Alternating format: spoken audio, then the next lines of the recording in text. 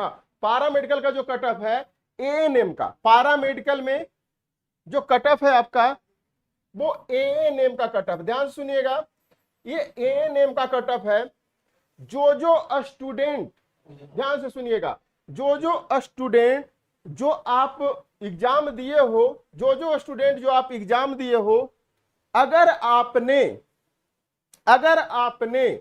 general category से, अगर आपने जनरल कैटेगरी से 45 क्वेश्चन सही कर दिए हो,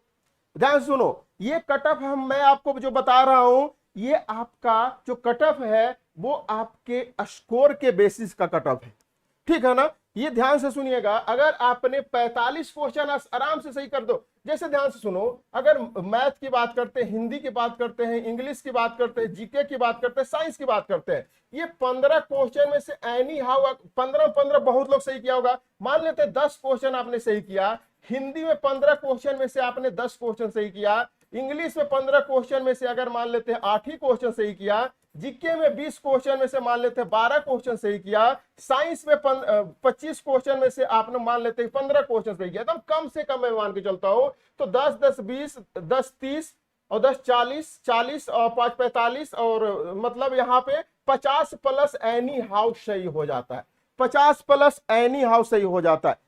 तो आपको जो कट ऑफ जो दिखने को मिलेगा ना बाबू, 50 प्लस मतलब 55 25 250 नंबर, लेकिन जो कट ऑफ जो आपके सामने रहेगा, ध्यान से सुनिएगा,